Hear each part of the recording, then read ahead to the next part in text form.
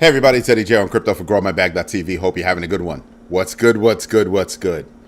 Hey Paula, thank you for letting me know invested in yourself today. Just so let me put this on because that would make more sense instead of looking at my research. So remember when I told you I bought Aster? I bought Aster, I told you, at a buck 96. I sold about 201, 202. So, I did more than break even, so that's happy. Um, but, but, um, it went up over the next couple of days. It went all the way up to, it reached as much as $2.14.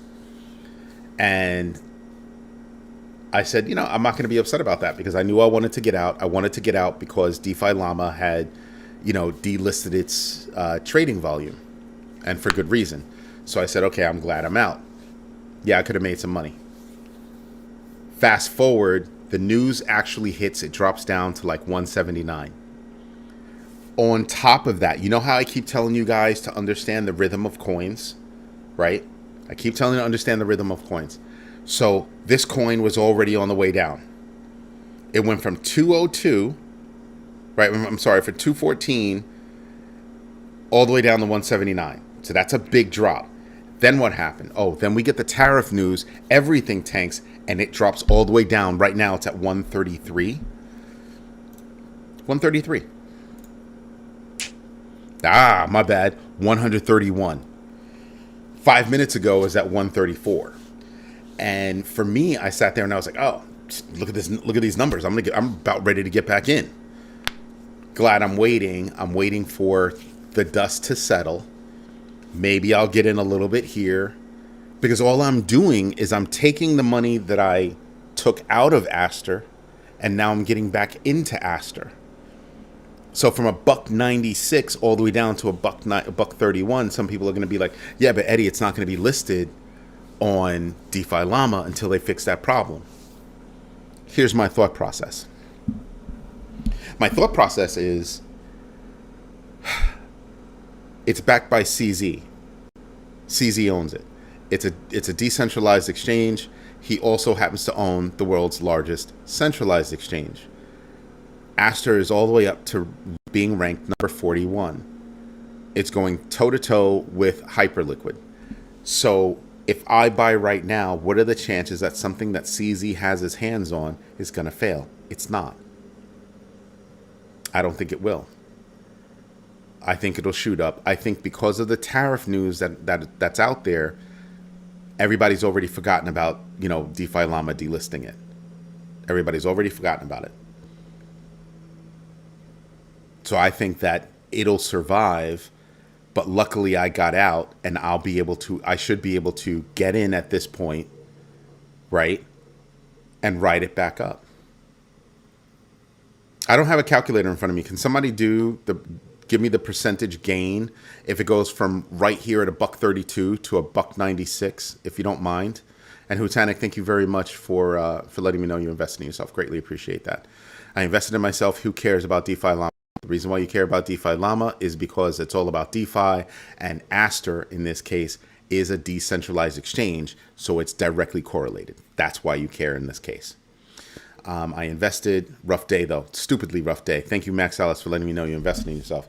The biggest issue that we have is that the market was riding in a lateral fashion, okay? And then we got horrible news. Horrible news. China decided to lob something over. And as usual, the new regime overreacted, added 100% tariffs on all things China-based. And everybody took a dump. NASDAQ, S&P, New York Stock Exchange, or the Dow, the Russell 2K, everything took a dump. Crypto, everything took a dump. There are a couple of things out there that didn't really take a dump. Like if you look at Ondo, it's right now it's up 5.74%, but over the past 24 hours, it's been down 19%. This is what I mean by if I get in on a couple of things right now, I stand to make some money. I stand to make some money. As a matter of fact, nobody's actually opened up a calculator for me, so I guess I'll have to do it myself. Divide by 1 point. What is it at? Bear with me. Astra is at 133. 133. Oh, yeah, I did it wrong. 1.33 divided by. There you go.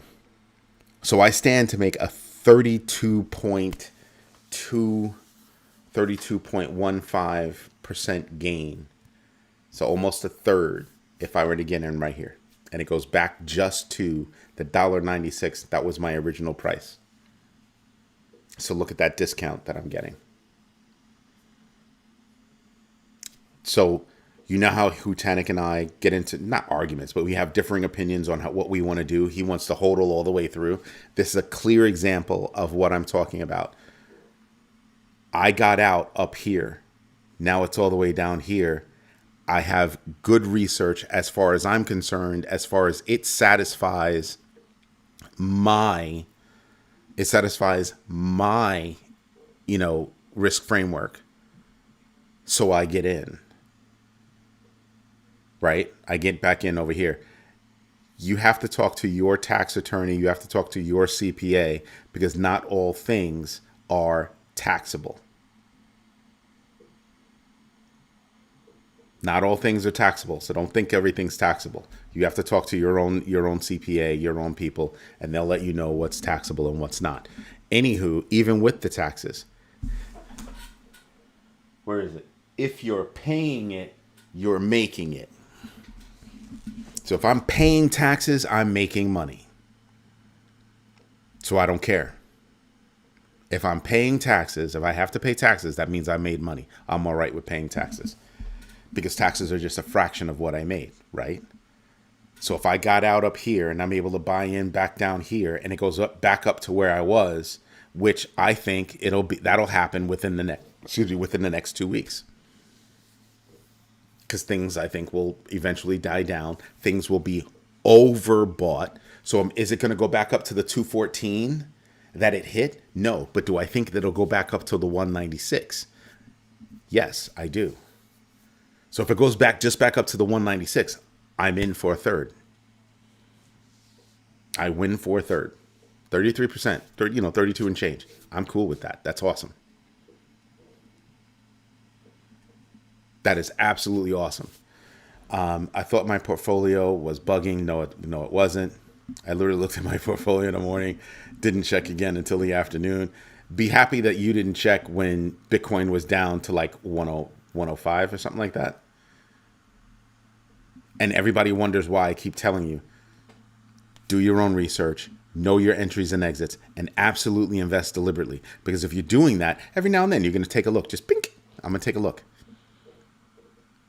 Right? If I know I'm in investment mode, like I've got it to do, I'm going to take a look several times a day. I'm going to set up notifications for a 10% drop, a percentage drop every so often. I'm like, whoa, wait a minute. That's the time to buy. Bam.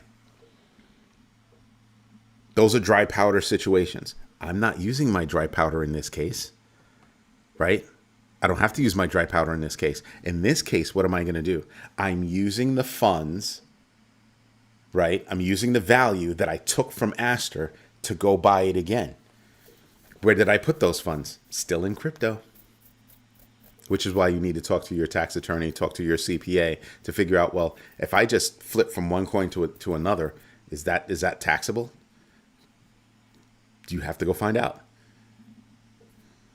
Simple as that. My bags got hit so hard, I'm going to pay someone just to keep. Huh?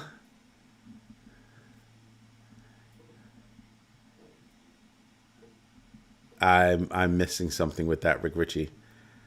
Sorry. Oh, you know what? I'm probably missing chats because it's on top chat instead of live chat. It's always a pain in the tail. Tonight's question, as usual, on a Friday night flips. Did you invest in yourself today? Yes, no, doing it now. If it's no, what are you doing right now then? If it's no and you're listening to the show, you are indeed investing in yourself right now. Buying some. I'm not going to talk about that coin. Never going to happen.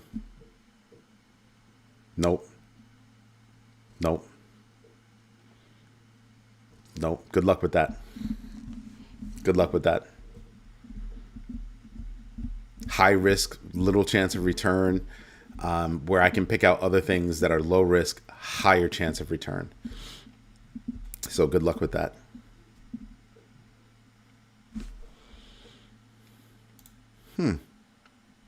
You seem to be new. You are new. How do you pronounce that? Just you? I mean, how do you pronounce that letter, that symbol? I don't know how to pronounce that. But you are correct in your statement. You are absolutely correct in your statement. They want to see who's brave. We will see. I am buying. Yeah, I mean, I have my normal DCA, and I have dry powder, but I also have, for all intents and purposes, my accessible dry powder.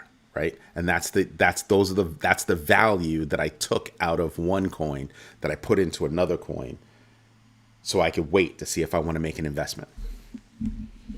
And this is one of those times where I was like, glad I didn't put it in PAX G, because PAX G took a dip too. Yeah, interesting, no? So yeah, it's one of those things where I'm sitting back and I'm going, yeah, it's hovering at 132. Could that be the floor? It could be the floor. It could literally be the floor right now. Dark Horse, what's good? Enrique, did you invest in yourself today? You did. Investment made. Thank you for letting me know.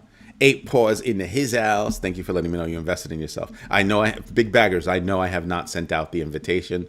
I will do it. I'll do it. If I don't do it tonight, I will definitely do it tomorrow morning. I just have a lot on the plate and I'm being lazy. I'm allowed to be lazy sometimes. But you know it's going to be Sunday, 1 p.m. Eastern Standard Time, Big Baggers video conference call, and it's just Big Baggers. So if you're not a Big Bagger yet and you want to be down with that private conference call, that private video conference call, you better become a Big Bagger. That's the only way. We don't allow guests. We do not allow guests. Become a Big Bagger. And Dark Horse invested in himself today. That's awesome news. This crash, it's not a crash. It's... I guess technically it's a crash. I guess in my personal head, anything over 500 to me is 500 is a correction, right? You're basically in major correction territory. It's not really a crash. At one point today, I mean, the market's dropped a lot. The Dow dropped like 800. It's like 1.9% or something like that. The NASDAQ dropped, I think, 3.56, and S&P dropped 3.20, and then the Russell 2K I think was around 3.2 as well. All of those percentages. So, is it a black swan event? No, I don't consider it a black swan event because he's pulled it out his pocket before. To me, a black swan event is just one of those things like it's a one-off, not the same thing constantly happening. And if you stop and think about it, it had been a while before, since he's used that word. And it's planned. I'm looking at the new regime flailing right now. I think it's absolutely flailing right now. And what's worse is that you had a major win this morning, and then, or, you can count it as a major win. I would count it as a major win. Until, somebody decided to blow something up. But then you followed up with 100% tariffs. Talk about overreacting. And so now, because of that overreaction, you've tanked everything across the board.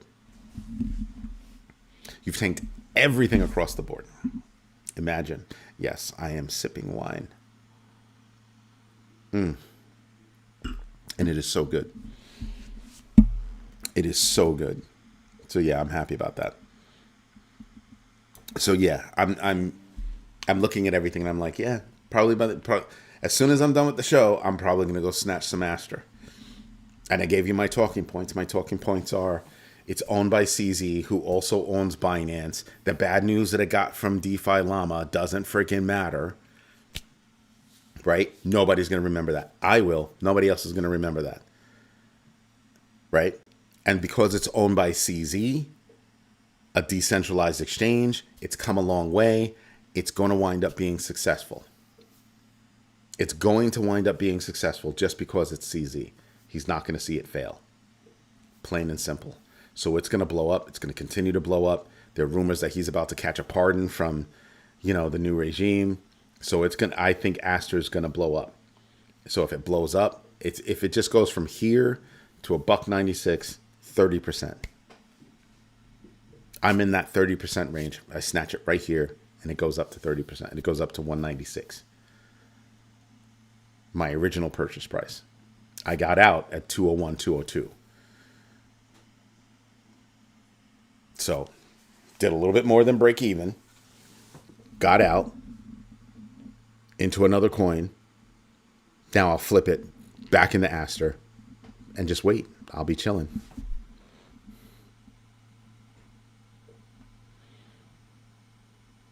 I would normally say that's a political statement, but it's not. No, I don't think that had anything to do with it. Nothing. I think you're joking. There's no way in the world. It's all about the tariffs. The tariffs dropped the market because if it was all about their crypto bill, it only would have affected crypto. That's not what happened. So we're in disagreement on that. I'm certainly no expert, though. I could be wrong. Hold on, what I miss? I think lowering interest rates in October again would help a lot with inflation.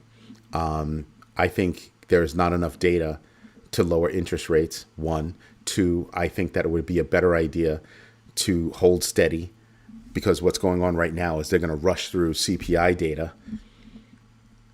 And they want to rush through the CPI data because they want to make sure that there's at least something there that the Fed can point to say, oh, we should lower rates. Again, I point to who does lowering rates help? It doesn't help anybody except people that already have money, who already don't need it, right? Because it makes it easier for them and cheaper for them to borrow money. Tell me how that helps the common person. That's my problem with it. Helps inflation? We have jobs problems. Notice how they're rushing to get CPI data out, but they are nowhere near trying to get, jobs data out. And there have been companies that have said, we're laying people off. Period. So, yeah, I have a problem with that. How does it reduce debt payments? It reduces debt payments for who? The only thing it does is it helps with forward loans. So when you want to go borrow money, that new contract will come in possibly at a lower rate. Everything that's existing, it doesn't affect you. Doesn't affect you. Now, we also have earnings season starting next week. Not starting, but we have some earnings coming out next week. I want you to pay attention to who's saying that we have, all-time highs. There have been a couple of companies that have said, oh, we have all-time highs. So during tariff wars, you have all-time highs. Oh, yeah, that's right. It was Levi's, and it's because they raised prices. And they were able to make money off of that. Huh. Interesting. Thanks, Levi's. Thanks a bunch. Appreciate you. Not really, but yeah, like that. I get what you're saying, right? And in a normal environment, it might help with inflation. Inflation is not doing well, right? Food prices are higher. Things are just higher. There lies the problem. There lies the problem. Food prices are higher. You want to know what else is the problem? What else the problem is? Healthcare.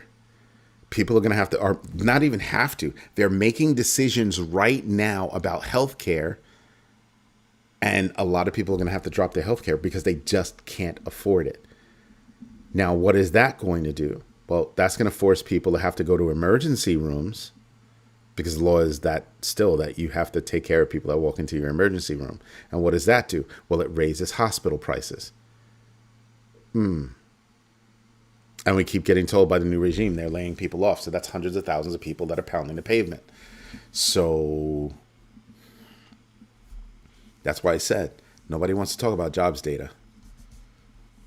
Nobody wants to talk about jobs data. That's why they're in a rush to get CPI out there, Consumer Price Index. So the lower income level is spending at, I think, a 0.1%. The higher income level is, I think, like 1.6 or something like that as an increase, which means that people are spending less. People down here are spending less. People up here are still spending more. Yeah. Sounds about right, doesn't it? Because if you're up here, you're not worried about money. You're not worried about that. So you're going to do whatever it is you normally do. People down here, we ain't got it like that. So we're pulling punches. We're probably going to be back to, buying Lucy eggs. Like you buy Lucy cigarettes, you're going to be buying Lucy eggs. I don't think that's ever stopped, by the way. I think it was introduced and it never stopped because prices haven't come down. Prices have not come down, so it's a problem. We're starting to feel the economic burn right now. And only some of us are actually in the game where we can actually take advantage. We've been blessed. We can take advantage of certain things. I'm lucky that I have the money. Oh.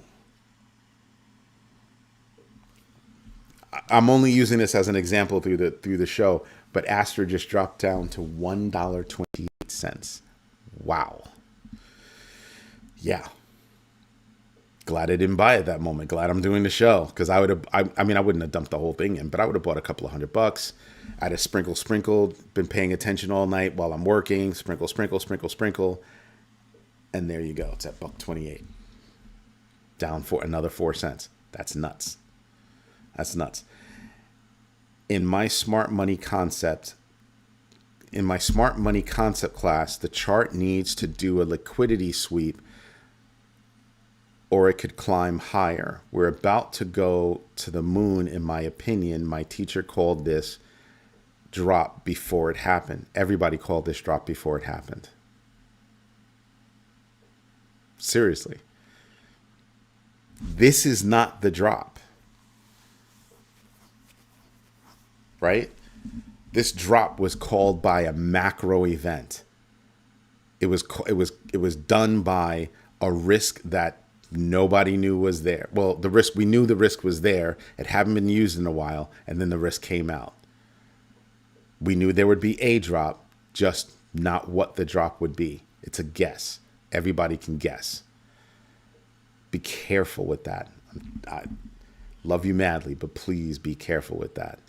A lot of people were saying there was going to be a drop before there was a rise. Tom Lee of Fundstrat called it.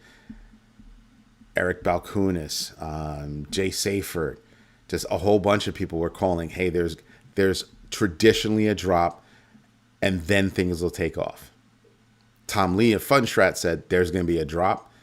It'll hit like the 4,200 mark and then it'll pop up to 5,500, talking about Ethereum. So there was a drop. And then tariffs, right? That was what it was. This is not a natural by the chart drop. It just so happens that the charts match. But nobody was going to call that tariffs were going to be called. It was going to be 100% tariffs against China because China did something and that was the impetus. Nobody was thinking that. Yeah, most people are thinking, oh, it's October. Because we have ETFs that are being approved. Like we've got a whole bunch of stuff that are happening right now. This was not planned. This was not foreseeable. You could say that the tariff risk was there. Because the deal with China was not done yet. And now we're talking about, no, there's a trade war. I'm probably going to call off my meeting with Jinping Zhao, or Jinping, whatever the heck his name is. And that's going to be it. And we'll try to revisit at a later date. That probably hurts the United States more than it hurts China.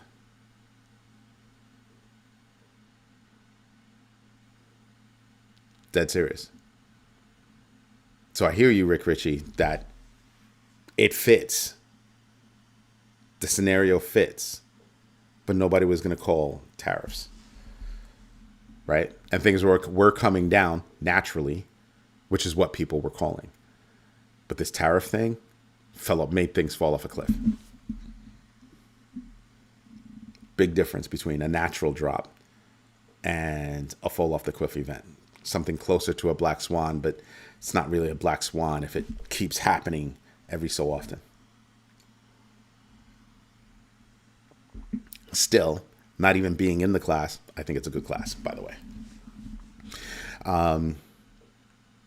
Max Alice, you're not wrong. Okay, enough with saying Dems, Republicans. That's not what it's about. That has nothing to do with it. Nothing. That was barely a blip in the news. Barely a blip in the news. Nobody's thinking about that. And it only affects stablecoins. Nobody's thinking about that. Frankly, in my humble opinion, for a guy who's in the news every day, no. Nope. The oxygen in the room were the tariffs. That's where it all went.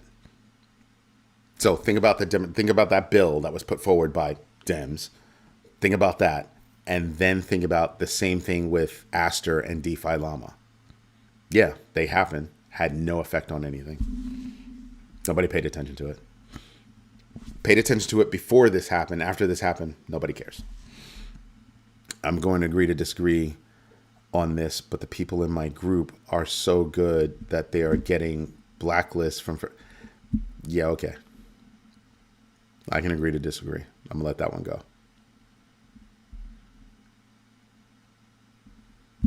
A lot of my clients are traders. So yeah, I'm going to let that one go. Like Wall Street people. So yeah, I'm going to let that go. But yeah, tariffs was it. Black Swan event. I don't think it was a Black Swan event. Black Swan event is a once every so often thing that could possibly happen. Frankly, I think the next Black Swan event is probably going to be either AI or real estate. I would normally say it's going to be, I would have said it was insurance, but I think AI and real estate are going to hit harder. Okay, we're done with the political conversation. We really are done with that. I've said it like 3 times. We're done with it. Just looking at these numbers, I'm kind of like, So for right now, my homework is, what coins do I think will recover before other coins? What projects will come back before other projects?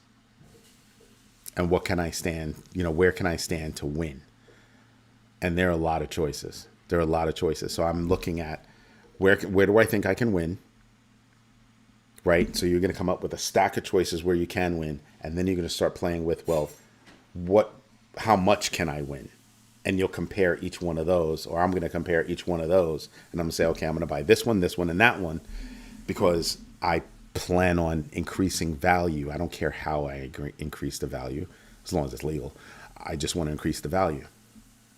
So I think that Aster is probably, for me, I think it's one of the things that's going to actually pop up for me fairly quickly.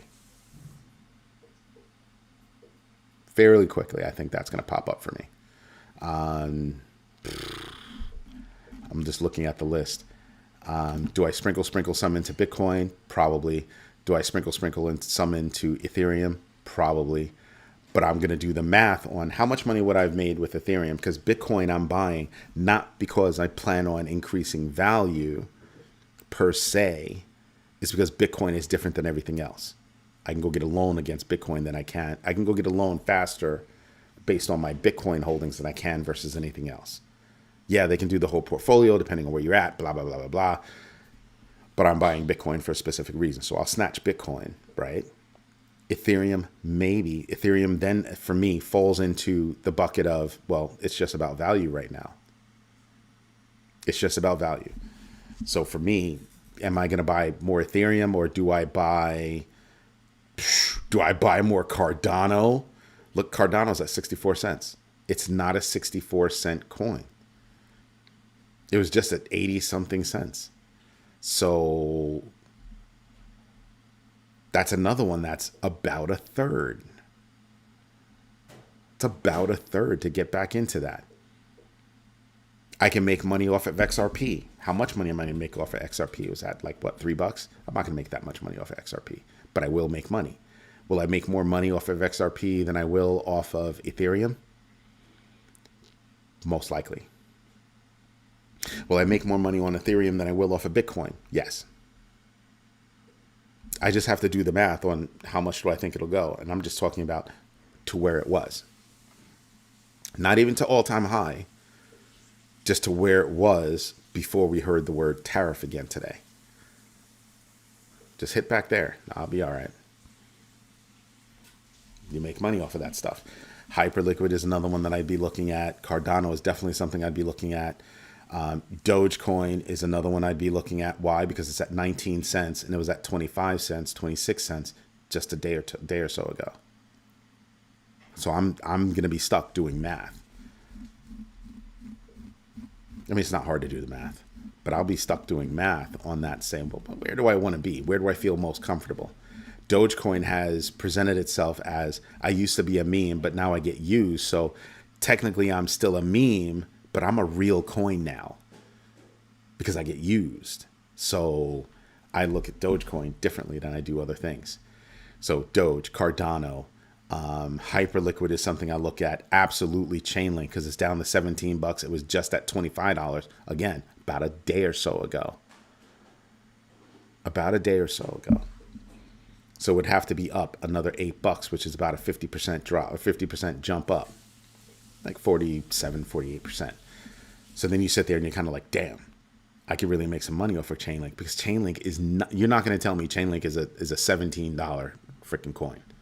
You're not. So start doing the math.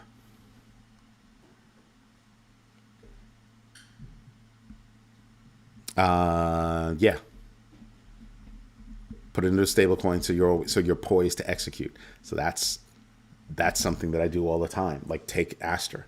Came out of Aster straight to Tether. Wasn't back to fiat, straight to Tether. Another crypto. So just sat there, waited. Right? And now I can get back in. But I'm looking at what are the percentages that I can go up. Well, we just identified I can make even more money. Looking at Aster versus Chainlink, I can make even more money with Chainlink versus Aster. So am I going to add some Chainlink? Yeah, I'll add some Chainlink. Most likely Hyperliquid, Chainlink, Stellar's up. You want to know something else that I'd probably do? I would do the math on Litecoin. I'd be doing the math on Litecoin. Hedera's another one that I would do the math on, because I want to see like how strong are the coins that took a hit. Like, what do I believe in? I'm going to be paying attention to those. USDC is another stable coin, but I can buy more with USDT than I can with USDC, right? So I have no problem dropping straight into Tether. I'm not going to drop straight into USDC because I want to stay as far away from USDC as I possibly can. I mentioned why the other night. Do you remember why?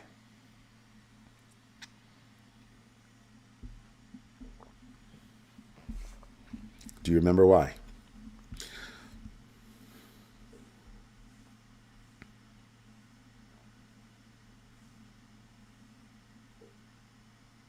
Hutanic, I'll get to you in a moment. Max, the reason why is because it's state bound. It's bound to the United States. It's controlled by the United States. It has to abide by the United States laws.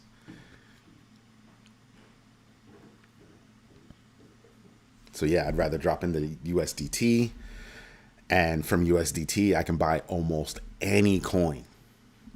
Almost any coin. So I'll rock with that.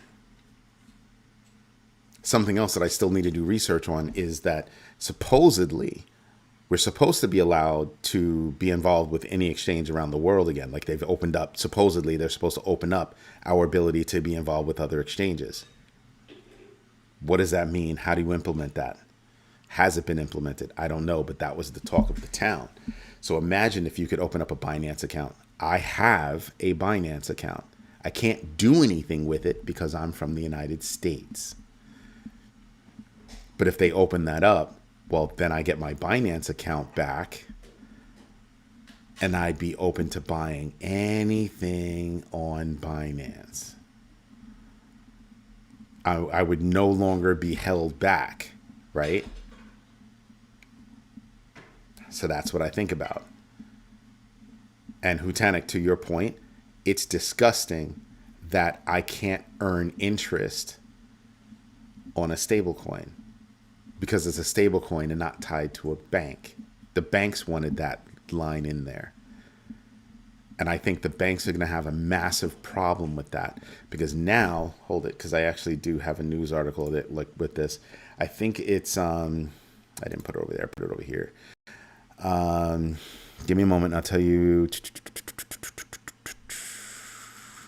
Because I think it's Citi, Goldman Sachs, and a couple of other banks are thinking about, big banks just unveiled a game-changing stablecoin plan.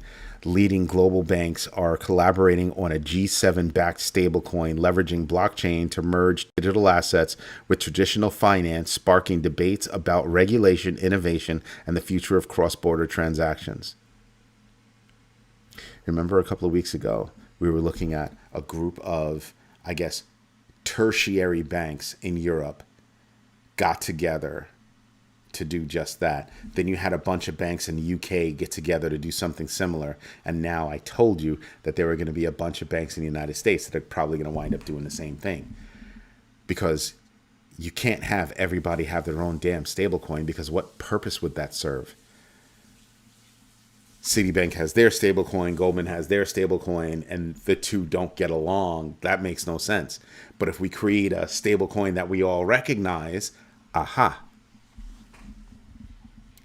And there's the idea. So who comes in on that stablecoin? Remember the reference that I gave you before? It's sort of like when ATMs came out, right? When ATMs first came out in the United States, a bunch of banks were part of the NICE network, and Citi wanted to be different, so they had their own network, and it was just Citi. So if you wanted to get money out of your Citi account, you could only go to a Citi bank. Wow. But if I wanted to get money out of my Chase account, I could go over to any bank out there except for Citi. And I mean, except for Citi. And then what did they start doing? They started having ATMs that spoke to both networks separately. And then Citi finally caved and said, fine, we'll join. So I'm thinking about this whole stablecoin thing, and I'm thinking, wow, that would be interesting. That would be interesting. So I'll get together, create our own stablecoin, and then we'll figure out how to talk to Europe and all that good stuff. I told you the biggest issue that all of the countries have is trying to figure out, where does fiat continue to live? We always talk about traditional finance versus decentralized finance. But what I've been trying to keep alive is that same thought about fiat versus crypto. Where does fiat live? And everybody thinks, oh, it'll become a CBDC. They'll make it digital, blah, blah, blah. The hell I need your CBDC for?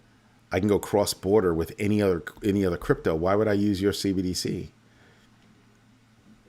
I'm going to immediately flip from your CBDC to crypto. I don't want to keep your CBDC.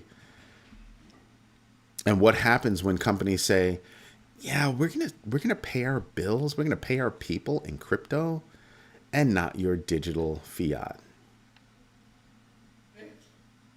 That's like a thing. They will not let you earn in your non-custodial. Is that really what you think? How do they stop you? In a world of VPNs and I can be anywhere without being anywhere, how do they stop you?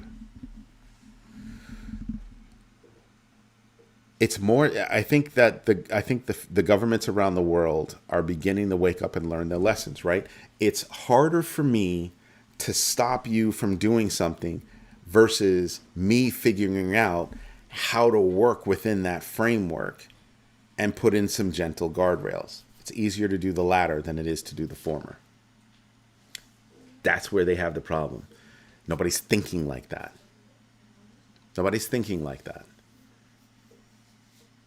Why are Goldman Sachs and Citi and a couple other banks getting together to create their own stablecoin? Because they just got outshined by frickin' Europe. Not even by primary European banks, by tertiary banks. Not even second tier. Not even the second string. You got the water boy. You're going up against the water boy. That's embarrassing.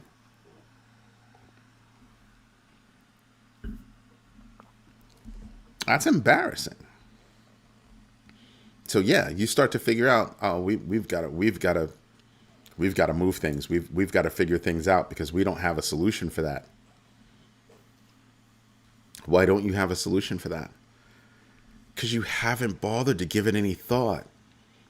What happens to fiat in the world of crypto? Do you really think that your digital ID, because now they're saying anybody from the United States that goes over to Europe that says no to digital ID, they're not welcome. Go back. I can kind of understand that. But you want me to go into your database? At the same time you need my money? That's going to be interesting. That's going to be very interesting to see how that plays out. That's why I said the world is flailing right now. The world, not just one single country. The world is flailing right now because they haven't figured it out. They didn't spend enough time thinking about how can this work? How can we make this work without backlash? Europe seems to be going in the absolutely incorrect direction, in my humble opinion. They could try to enforce it. They can really try. How do you think China is going to react? Not well. Not well. But I want you to think about this. China has already laid down the ultimate smackdown. Have they not? China slapped the snot out of the United States. How did they do that? Name a United States farmer that has sold soy to China this year. Not one.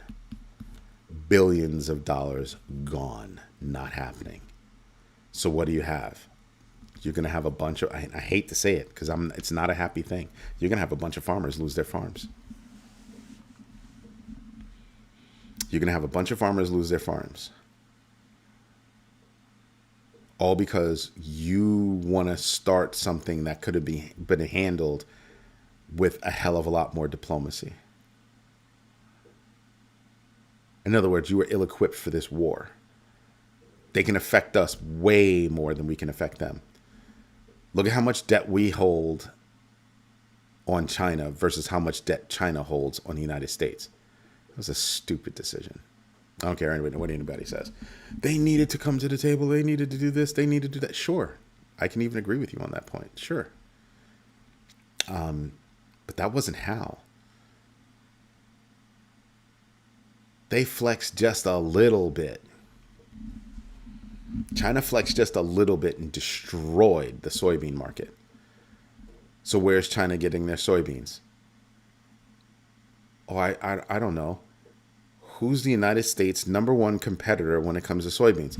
That's right. It's Argentina. And what else did we do? So we handed that business to them because tariffs, right? So they stopped buying. I mean, dry. Not a little bit, dry. And then we go off and we hand Argentina $20 billion. Excuse me? Yeah, that's smart. So our farmers here could lose their farms, and those farms would go to who?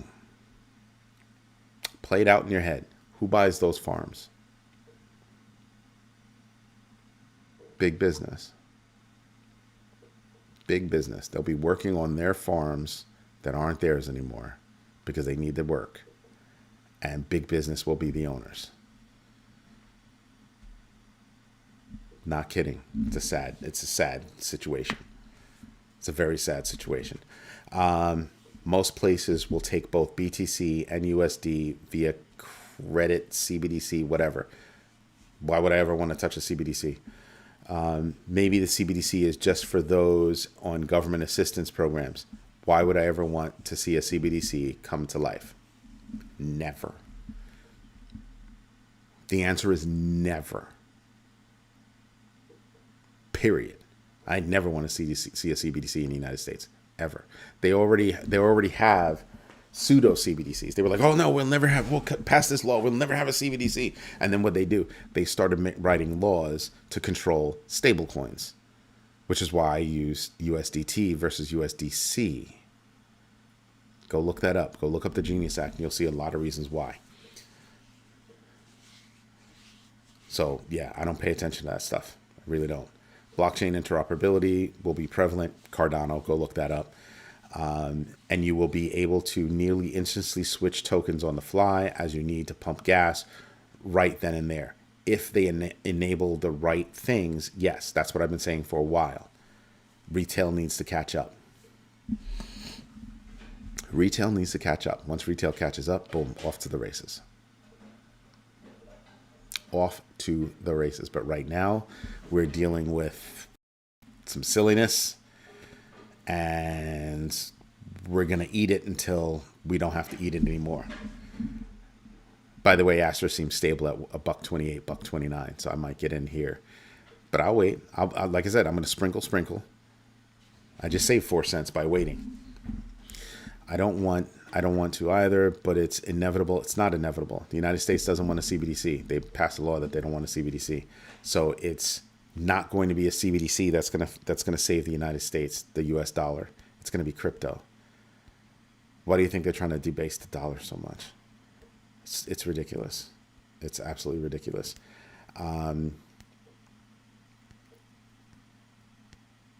Move the direction of cryptocurrency-based economy.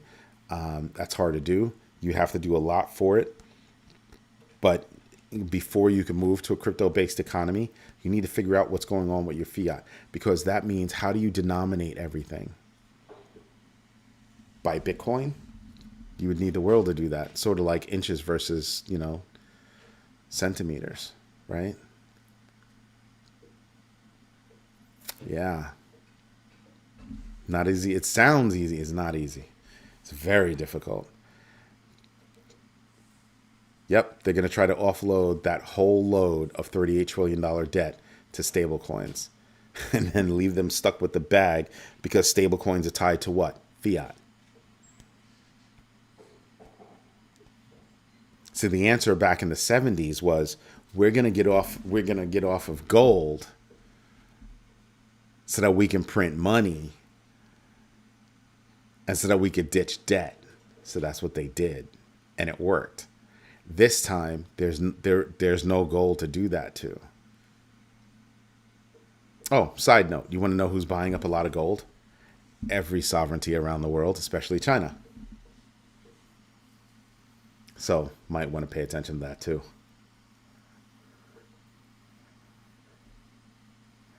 Stablecoins replace it. I think you have a lot more research to do, young man. I think you have a lot more research to do. I think you have a lot more research to do. Because with that question, you're going to have to say, well, what's stablecoins? Remember, if fiat fails, whatever stablecoin is pegged to it is also going to fail. It's pegged to that fiat.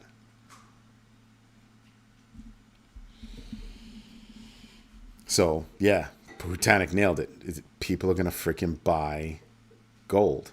T-bills, I do not think, are in the same boat as gold. Why? Because T-bills are debt. Why would I freaking want that? I don't want your T-bills. I want the gold. I want the gold. If I want something tangible, I want gold. If I'm going to take a chance on value, it's going to be crypto. If I need to leverage a stable coin, it's not going to be a stable coin that's tied to a single state, meaning a single country. Yeah. So USDC for me is out unless I absolutely need to have that coin. And at that moment, it'll be a transaction that's like mad fast. I'm not leaving my money there. It's not going to be a thing. It would not be a thing for me. So yeah, it's one of those. So do your own research, know your entries and exits, and absolutely invest deliberately.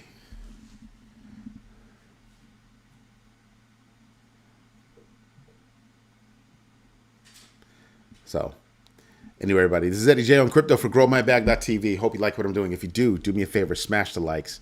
Tell your friends about us. And if you want to be in on the private video conference call that's going on Sunday, this Sunday, 1 p.m. Eastern Standard Time, you've got to be a big bagger. Go become a big bagger. Make sure I get your email address, and we will invite you to that private video conference call. Everybody, thank you for your time. Thank you for your patience. And absolutely, thank you for your trust. Have a good night, everybody. Bye-bye.